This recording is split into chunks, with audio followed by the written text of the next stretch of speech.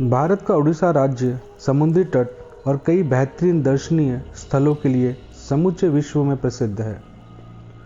यहाँ लगभग 500 किलोमीटर लंबे समुद्री तट भी हैं, जिनमें से कुछ दुनिया के सबसे सुंदर समुद्री तटों में शामिल हैं। यहाँ एशिया के सबसे बड़े खारे पानी की झील भी मौजूद है।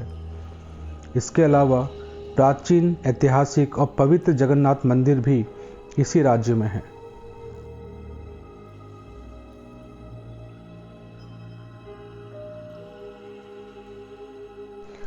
उदयगिरी और खंडगिरी की गुफाएं भी उड़ीसा में ही मौजूद हैं। भारत की प्राचीन और ऐतिहासिक गुफाओं में शामिल यह हर साल लाखों पर्यटक घूमने के लिए आते रहते हैं। भुवनेश्वर शहर से लगभग 7 किलोमीटर की दूरी पर पहाड़ियों पर स्थित ये गुफाएं 350 ईस्वी पूर्व से भी प्राचीन मानी जाती हैं। आज इस वीडियो में मैं आपको इन गुफाओं के बारे में करीब से बताऊंगा। तो चलते हैं और देखते हैं उदयगिरी और खंडगिरी गुफाओं का इतिहास।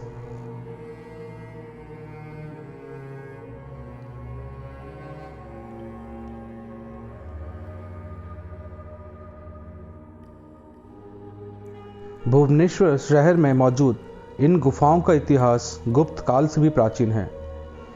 इतिहास के पन्नों पर नजर डालें तो यह प्रतीत होता है कि जैन भिक्षुओं के रहने के लिए इन गुफाओं का निर्माण किया गया था। उदयगिरी गुफा में लगभग 18 गुफाएं हैं, तो दूसरी ओर खंडगिरी में लगभग 15 गुफाएं हैं।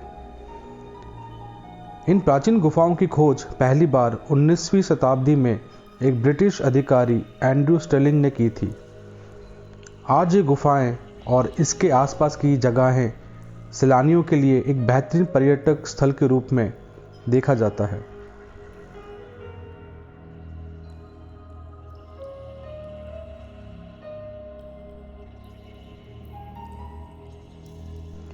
उदयगिरी गुफा पहाड़ी की दाईं ओर मौजूद है।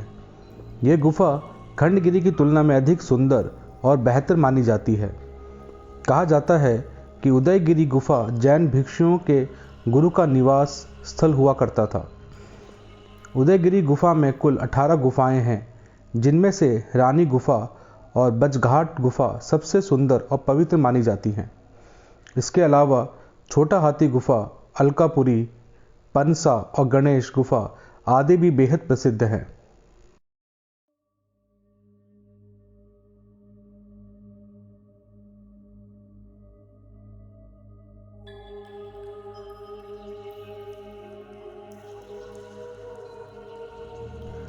खंडगिरी की गुफा पहाड़ी की बाईं ओर मौजूद है। इस गुफा के आसपास मौजूद हरियाली पर्यटकों के लिए आकर्षक का केंद्र है। खंडगिरी गुफा के बारे में कहा जाता है कि यह जैन धर्म के शिष्य रहते थे। खंडगिरी गुफा में कुल 15 गुफाएं हैं, जिनमें ततोवा गुफा, अनंत, ध्यान, अंबिका और नव मुनि गुफा आदि प्रमुख हैं। इस गुफा में 24 जैन तीर्थंकरों की मूर्तियां भी मौजूद हैं।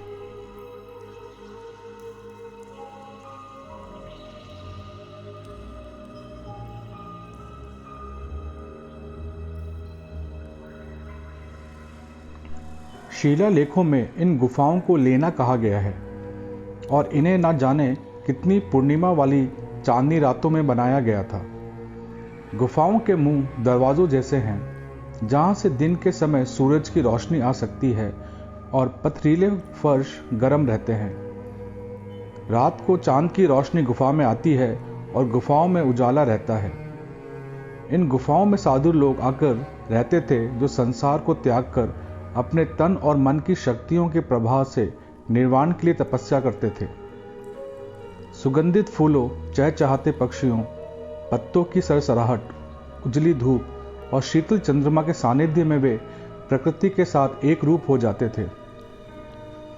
इन गुफाओं में बैठकर साधुजन शांति की समाधि लगाते थे और कठोर तपस्या करते थे। विद्वान लोग भी सत्य, शांति, मोक्ष और सौंदर्य बोध के लिए यहाँ आते थे। उदयगिरी की गुफाएं लगभग 135 फुट और खंडगिरी की गुफाएं 118 फुट ऊंची हैं। ये गुफाएं ईसा पूर्व 2री शताब्दी की हैं। ये गुफाएं उड़ीसा क्षेत्र में बौद्ध धर्म और जैन धर्म के प्रभाव को दर्शाती हैं, जहां जैन साधुओं के जीवन और काल से संबंधित वास्तुकला कृतियां हैं।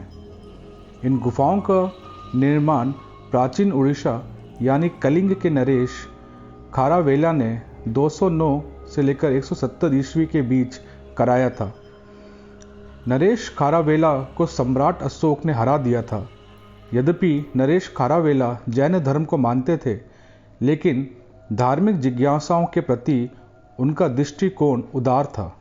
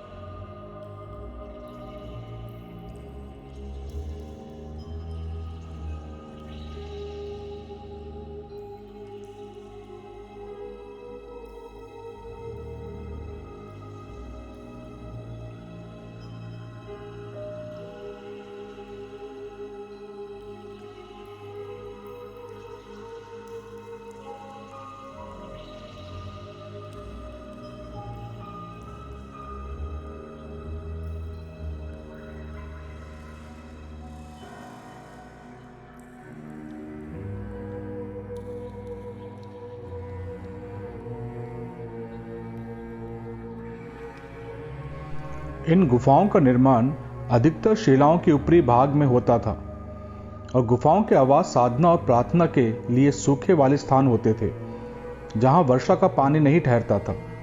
इनके साथ आंगन होता था। छोटी छोटी सुविधाओं की भी व्यवस्था होती थी। हालांकि छत की ऊंचाई कम होती थी और कोई व्यक्ति सीधे खड़ा नहीं हो सकता था। मुख्य रूप से ये विश्राम स्थल या शयन कक्ष थे। एक ही कक्ष में बहुत सारे साधु एक साथ रहते थे।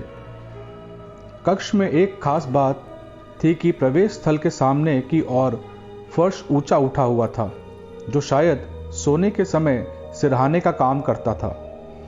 ये कक्ष तंग और सपाट होते थे और इनके प्रवेश द्वार पर विभिन्न वस्तुओं की वास्तुकलाकृतियां होती थी। भारतीय पुरातत्व सर्वेक्षण विभाग ने इन गुफाओं की गणना कराई और इन वस्तुओं के आधार पर इनके अलग अलग नाम रखे। इन वस्तुओं में भिन्न प्रकार के दरबार में दृश्य, पशु पक्षी, शाही जुलूसों, शिकार अभियानों और दैन्य जीवन के दृश्य उकेरे हुए होते थे।